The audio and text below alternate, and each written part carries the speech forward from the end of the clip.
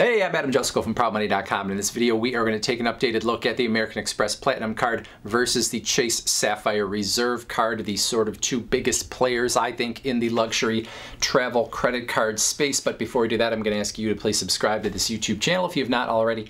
And if you have already, I thank you for doing so. So as I make this video, there have been recent updates to both of these cards, the American Express Platinum and the Chase Sapphire Reserve, that I believe means that in terms of the core offering, they should stay fairly the same, probably all the way through 2022 would be my guess. Now there might be some, offers along the sides or whatever that are going to change over time, but I think this video will have some shelf life to it because the changes are fairly new.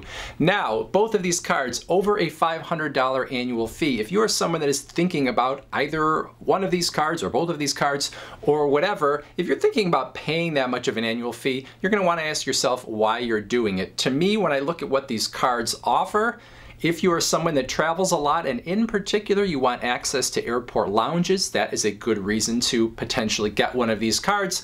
Both of them have pretty good travel insurances and benefits. Maybe that is the reason, again, if you are a frequent traveler, that you would choose to pay such a big annual fee. Now there's plenty more going on with both of these cards, but a lot of the things that are going on are maybe extras or things you could get from other cards that have no annual fee or a small annual fee. So those airport lounges are really big here, I think. That said, these two cards, even though they are competitors, have a lot of differences, and those differences have been growing. One of the biggest differences is the fact of the annual fee. American Express Platinum, $695 per year. Chase Sapphire Reserve, $550 per year, a $145 difference. Now, the American Express Platinum has a lot more going on than the Chase Sapphire Reserve, but is that $145 difference worth it? It is going to depend on what you are looking for. So let's look first at the American Express Platinum, and then we'll look at the Chase Sapphire Reserve and talk about how you might choose one versus the other. All right, Amex Platinum first, $695 annual fee. In terms of rewards and bonus, you get 5 points per dollar on airfare when booked through the airlines directly or through American Express Travel, not through other means. You get 5 points per dollar on hotel stays when booked through AmexTravel.com, 1 point per dollar on everything else. You can get 2 points per dollar on Amex Travel if you do other sorts of travel as well. They kind of bury that in the fine print. Now, in terms of the bonus, they're always changing with American Express, so make sure you kind of check around in any way that you can to find out. Sometimes go to the American Express site multiple times in a 2 or 3 day period to see when you can find the best bonus. But the public offer I'm seeing as I make this video, 100,000 points if you spend $6,000 with the card in the first 6 months of having it. Also 10 points per dollar on restaurant purchases and 10 points per dollar on purchases from small businesses that are part of the Shop Small network of businesses that accept American Express. The points you earn from this card are part of the American Express Membership Rewards program, a program that some people love and some people find a little frustrating. It all depends on you. The way you are going to get the best value out of your points is toward travel redemptions, in particular if you transfer your points into the frequent flyer or hotel programs of some of American Express's travel transfer partners like Delta, Hilton, Marriott, some international airlines as well. Well, that's where you really can find the deal. But you're going to need some flexibility. You're going to have to do some homework in order to find them. If you do, sometimes you can get 2 cents per point in terms of valuation. Sometimes people get more than that. But if you're just going in thinking you're going to get that valuation easily, that is not necessarily the case. So you have to be kind of all in on this program to figure out where you're going to find those pockets of good value. Oftentimes that is in business class or first class tickets to international destinations, places where people would never pay that much out of pocket, but if they could use their points, well, then they feel really good about it. So if that is you, you would probably find this very attractive. However, if you wanted to take your points and just cash them out, lousy. You're only going to get 0.6 of a cent per point, and pretty much the industry standard would be that when you get reward points, you're going to get at least 1 penny per point. With American Express, that is not the case. So you got to kind of be all in on the travel side. But no matter how you slice it, no matter how good your redemptions, the truth of the matter is the everyday points you earn from the American Express Platinum are pretty modest, especially for a card with a $695 annual fee. So if you want to justify that annual fee, it is going to be from the other things that this card offers that is really going to get you there. So let's look at some of the credits and benefits that this card offers.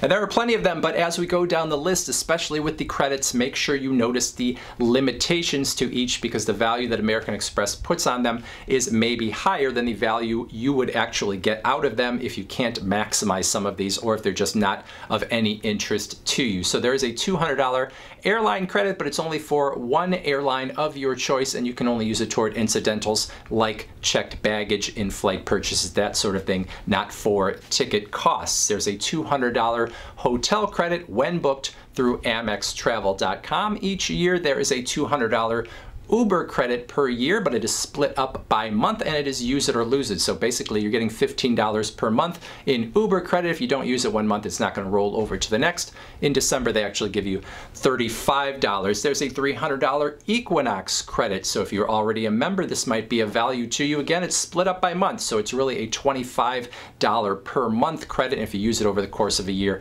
you're going to get you $300. But if you want to give Equinox a try, because it is very expensive, you can't use that $300 all at one time. There's a $240 digital entertainment credit, but it is actually only for 4 digital entertainment sources, those being the New York Times, Audible, SiriusXM, and Peacock. You've got a $179 clear credit, which helps you get through the airport faster. So if you buy one of those, that basically will cover it each year. You've got a up to $100 credit on Global Entry or TSA PreCheck, the programs that again help you get through the airport faster. So if you're a frequent traveler between Clear and TSA Pre or Global, you might see those as attractive. There is a $100 Saks credit every year. This also is split up, $50 in the first half of the year, $50 in the second half of the year. So a lot of credits here, some of them that you might find useful, some of them nice to have, some of them not useful at all. Now, I talked about those credits first because it's easier to put numbers against them, but there's some other perks and benefits with this card that maybe are not as easy to put numbers against, but that you might actually find have more value to you. The biggest of those being American Express's Global Lounge collection, the best collection I think most people would agree out there from any luxury credit card, because you're going to have the American Express Centurion lounges, you're going to have the Delta lounges, you're going to have the Priority Pass network, and there are others as well. So if you travel a lot and you like to use airport lounges, you're going to get the best coverage out of American Express versus anyone else, including that Chase Sapphire Reserve. You've got cell phone protection with this card. If your cell phone is damaged or stolen, you would have up to $800 of protection there. There are some other potential limitations, but this is a newer feature of the card that is pretty attractive. You're going to have a lot of travel insurances and other protections with this card on some of your purchases as well. So you're going to have things like trip delay or cancellation insurance, there is lost baggage insurance, you've got car rental damage insurance, there's price protection, extended warranty, a lot of stuff like that. For many people, they never use this stuff, but in particular, if you're someone that travels a lot, maybe you would use these things sometimes. When you have a trip that is delayed for, 10 hours or more, you can get some compensation for it. Or if you have your baggage lost, you can get some compensation for it. So the more you travel, probably the more likely it is that one of these things is going to happen. Other things to note about the American Express Platinum, I'm going to kind of zip through these because there's so much going on with this card. No foreign transaction fees. If you use it outside of the United States, no extra charges to you. This card used to be only a charge card. These days you can revolve a balance, which is a bad idea, but you do have that option where you did not in the past. You've got some status with Hilton and with Marriott and with Avis and Hertz and National Car Rental. So again, if you're a frequent traveler, those might be of interest to you. You've got the Fine Hotels and Resorts and Hotel Collection, where if you stay at some of these places, you can get some credits toward the spa or maybe late checkout. A lot of stuff going on there. Again, if you travel a lot, and especially if you travel in more luxurious circumstances, maybe you'll see some value there. There are some nebulous things going on in terms of these invitation events or exclusives. So you've got the by invitation only feature. You've got premium seating at certain events. You've got the Resi reservations at, hot restaurants. And there's Amex offers where you can get certain offers where you're going to get a certain amount back in rewards when you take advantage of those. You've got Shop Runner free shipping, a lot of different things still going on with this card, even beyond those big things that we already talked about.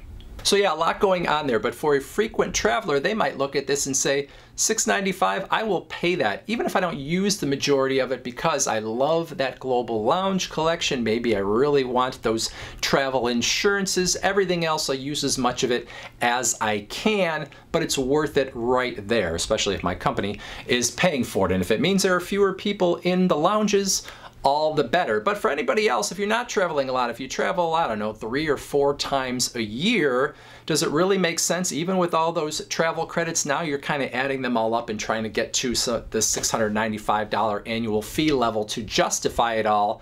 But really, getting there just means you're back at zero again. So does it make any sense to do that? Are you getting more value out of this card than $695? For some people, the answer is easily yes. For some people, definitely no. All right, enough about the Platinum Chase Sapphire Reserve. $550 annual fee, 3 points per dollar on travel, 3 points per dollar on dining, 1 point per dollar everywhere else. You can get higher point values also when you make purchases through Chase's own properties. And by that, I mean 5 points per dollar on airfare through the Chase Ultimate Rewards travel portal, 10 points per dollar on hotels through that same portal, 10 points per dollar on car rentals through that same portal. There's also Chase Dining where you can get 10 points per dollar.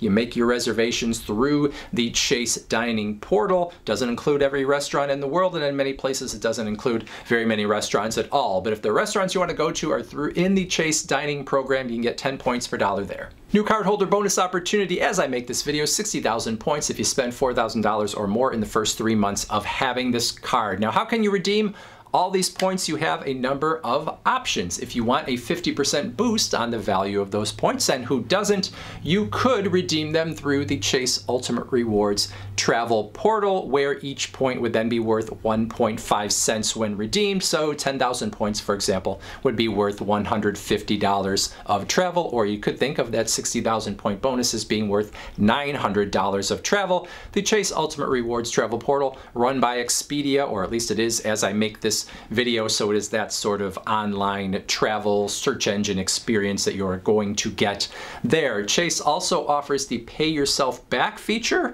which may or may not be permanent, but as I make this video, it seems like it's getting more and more toward permanence, where you could get that same 50% boost on the value of your points when you use them in certain ways that Chase designates, and they kind of change this over time. So at some points it would be at restaurants, at some points it might be at grocery stores, I think home improvement stores I saw recently, where you could take your points and get that same 50% boost. So if you had 5,000 points, you could use that to essentially erase $75 worth of groceries or restaurants or home improvement purchases, that sort of thing. Now you also have travel transfer partners with Chase, and they have some good ones as well, including United and Southwest and Marriott and Hyatt and some international airlines as well. So again, if you're someone that is willing to put some legwork in, perhaps you can find yourself some really good deals through Chase's travel transfer partners as well.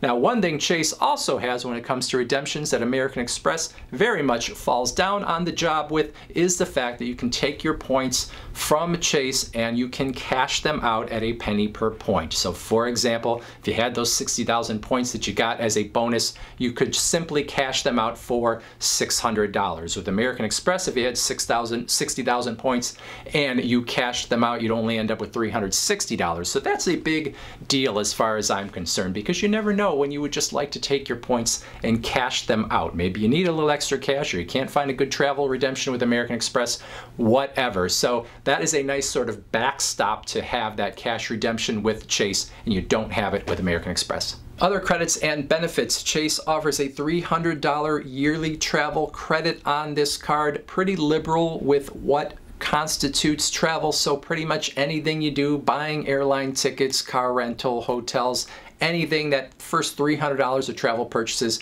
basically going to get credited back to you, and you could think of that as offsetting part of that annual fee. You've got a lounge collection with Chase, but it is not going to be as good as what the American Express Platinum card is giving you. Here you're getting the Priority Pass Select program, which is pretty good, but it's not going to give you quite as much as you get with American Express. You do have a lot of the same or similar travel protections on the Chase Sapphire Reserve that you have with the American Express Platinum. So those things like trip cancellation or interruption insurance, or the price protection, the lost baggage. You have car rental insurance on here that actually is primary insurance that is actually a little better than what American Express Platinum is offering you. So that is pretty good as well. You've got the same global entry or TSA pre-check credit, the up to $100 credit on that program or those programs that get you through your airport faster. So a lot of good things here, not as many as American Express, but some good ones and some of the big ones that you're going to care about. And then a few other benefits with the Chase Sapphire Reserve. You've got Chase Offers, which is like Amex Offers, but maybe not quite as good. To be honest, there is a luxury hotel and resort collection, again, like what American Express offers with its hotels program, where if you stay at these higher end hotels, you can get some credits and benefits at those particular places. Now, we do have some things, as I'm making this video, that are temporary through the end, or at least you have to sign up by the end of 2021 or into early 2022. The Lyft Pink program, you can get a year of that. The DoorDash Dash Pass program, you can get a year of that. But again, those only last for 12 months, and depending on when you are watching this video, you may already be too late. And then, of course, the Chase Sapphire Reserve is missing some things that do come with the American Express Platinum, and you'll have to decide what the value of those things is to you. No cell phone protection. You are not going to get that Uber credit. You're not going to get the Saks credit. You're not going to have the digital entertainment credit. So a few more things going on with the American Express Platinum, but how much are those things worth when you look at a $550 annual fee versus a $695 annual fee? So overall, when I look at these two cards against each other, like I said earlier, they've sort of moved away from each other in terms of their offering. I think they're almost two different audiences, even though they are sort of competitive. Yes, you've got the difference in annual fees, but I think the real difference is, what do you want out of the card? I think the Chase Sapphire Reserve, easy to use, easy to understand. The redemptions are nice. For a person that really wants, you know, some airport lounge access, you want some of the travel benefits, you want probably better rewards in terms of your everyday purchases. It's sort of like the workaday credit card for the frequent traveler. It doesn't have a ton of extra benefits out there, but costs less, you know what you're getting, it's easy to use. The American Express Platinum, sort of a statusy benefit luxury card where when you're carrying that thing around, even at $695, you're not even thinking about what the price is. You just like the fact that you are getting all these little things at different places and different services that you use. You know, from the Uber credit to the airport lounges to the travel benefits to the status with Marriott and Hilton. There's just so many things going on with this card. The Saks $50 credit twice a year. You are sort of paying for this card and enjoying the fact that you get a year of sort of luxury. Now, how often do you use that luxury? For some people, maybe really often. For some people, not that often. But when they do use it, it's just enough. It's like hitting a good golf shot. It keeps you coming back for the golf over and over again, even when you're not a very good golfer. The American Express Platinum kind of keeps you coming back every time you use one of those benefits, even though the price is a little outrageous for many people that actually carry the card. So the American Express Platinum or the Chase Sapphire Reserve, both decent cards for the right audience. You just have to decide which one of those audiences you are. Now, in a video like this, everyone wants you to pick a winner, so I would tell you that as far as I'm concerned, the Chase Sapphire Reserve, a better value at that $550 annual fee than the American Express Platinum is at that $695 annual fee. Chase Sapphire Reserve, that $300 travel credit, very easy to use in terms of redeeming your points. You've got more ways to do so. You've got those 50% boosts through the Ultimate Rewards portal or through the Pay Yourself Back feature, the sort of cash backup in terms of getting a penny per point if you just want to redeem for cash. Way better than American Express, only giving you 0.6 cents per point if you choose to cash out. So for me, it's a better value, but again, I understand why people who are interested in sort of the status, the VIP luxury of the American Express Platinum might choose that instead. I would love to hear your thoughts on one or both of these cards, especially if you hold one or both of these cards in that comment section below.